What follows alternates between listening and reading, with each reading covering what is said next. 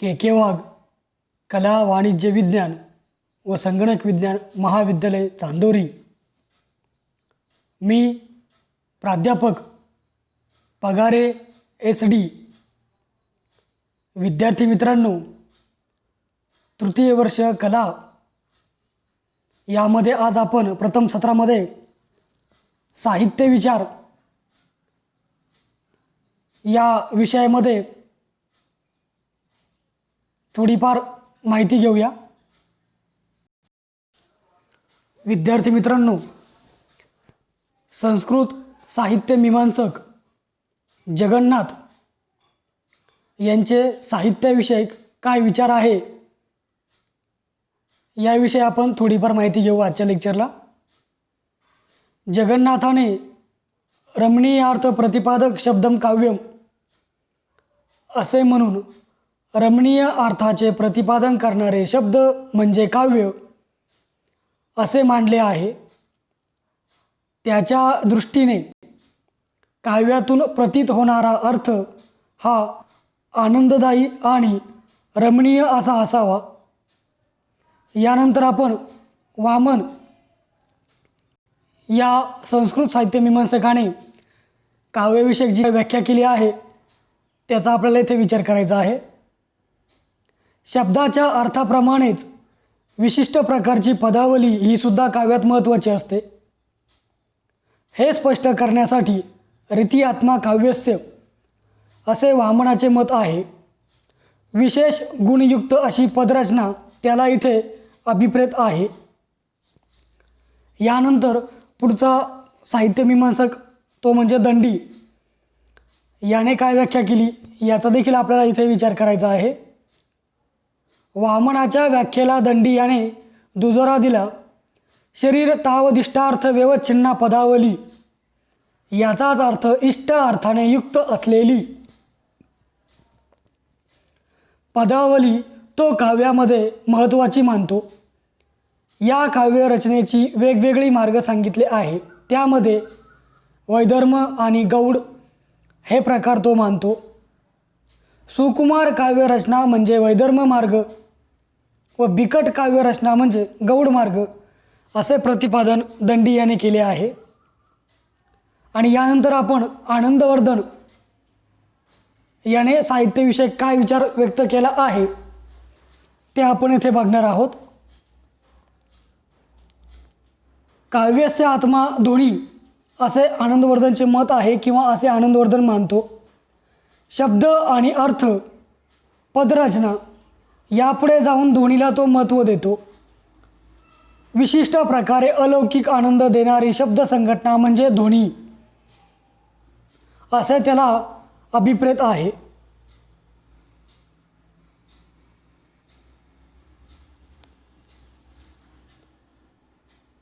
शब्दामागून जाणवणारा विशिष्ट अर्थ म्हणजे ध्वनी। हा अर्थ सौंदर्यपूर्ण असतो आणि वाचकाला त्यापासून अलौकिक आनंद प्राप्त होत असतो। वरील व्याख्यांचा विचार करताना असे लक्षात येते की या व्याख्यानातून साहित्याचे लक्षण आहे।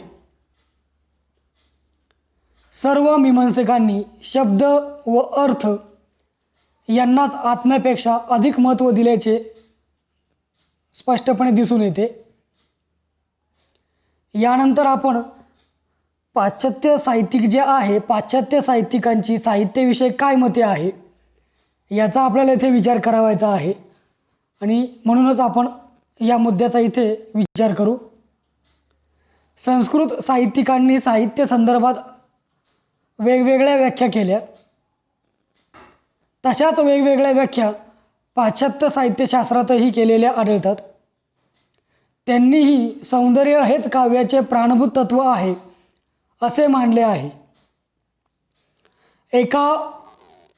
एक गोष्ट लक्षात येते की पाश्चात्य साहित्यशास्त्राच्या संदर्भात लक्षात ठेवली पाहिजे ती म्हणजे संस्कृतात काव्य या संज्ञेत सर्वच ललित वाङ्मय प्रकारांचा समावेश होतो, तसा इंग्रजीत होत नाही।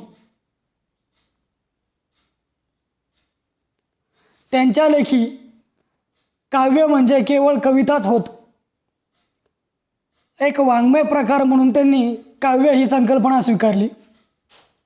पाश्चिमात्य विचारवंतांनी साहित्य संकल्पनेत भावनेच्या आविष्काराला महत्त्व दिले.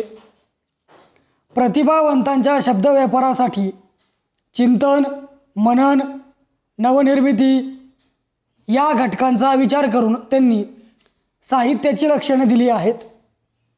यामध्ये आपल्याला पाश्चात्य विचारवंतांमध्ये कोलरिज या विचारवंताचा इथे विचार करायचा आहे. याने काव्यातील शब्दक्रमाला महत्त्व दिले आहे. उत्तम शब्दाची उत्तम रचना म्हणजे काव्य, अशी काव्याची साधी सोपी सुटसुटीत व्याख्या कोलरिज याने केली आहे. यानंतर आपल्याला कोर्ट होर्प या पाश्चिमात्य साहित्यिकाचा विचार येथे करायचा आहे. याने कल्पनात्मक विचार आणि भावनात्मक जाणीव या आधारे उच्च आनंद देणारे लेखन म्हणजे साहित्य असे म्हटले आहे. त्यानंतर पुढचा पाश्चिमात्य साहित्यिक येतो, तो म्हणजे वर्ड्सवर्थ. येथे आपल्याला वर्ड्सवर्थचा देखील विचार करायचा आहे. चिंतन, मनन, नवनिर्मिती अशी कवी व्यापारातील घटनांच्या आधारे उत्कट भावनांचा होणारा सहज उद्रेक म्हणजे काव्य असे वर्ड्सवर्थ म्हणतो. आणि त्यानंतर एडगर ॲलन पो याने साहित्यविषयक जो काही विचार मांडला आहे तो विचार देखील आपल्याला येथे महत्त्वाचा वाटतो आणि म्हणून आपण त्याचा विचार इथे त्या विचाराचा येथे आपण विचार करणार आहोत. याने काव्य म्हणजे सौंदर्याची लयबद्ध निर्मिती असे म्हणून लयबद्ध सौंदर्य निर्मितीलाच महत्त्व दिले आहे.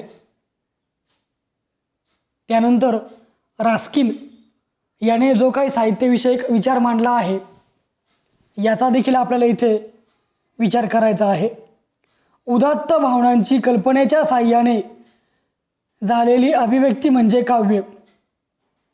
अशा प्रकारे संस्कृत साहित्यशास्त्र व पाश्चिमात्य साहित्यशास्त्र यामधील व्याख्या पाहताना काही व्याख्या शब्द व अर्थ याला महत्त्व देतात, तर काही भावना व कल्पना या दोघांनाही प्राधान्य देणाऱ्या आहेत, तर काही भावनाविष्काराला प्राधान्य देणाऱ्या आहेत.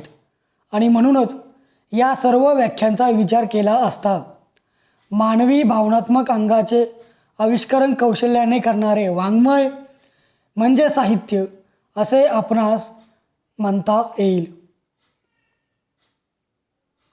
तर ठीक आहे मित्रांनो, बाकीचा भाग आपण पुढच्या लेक्चरला बघूया.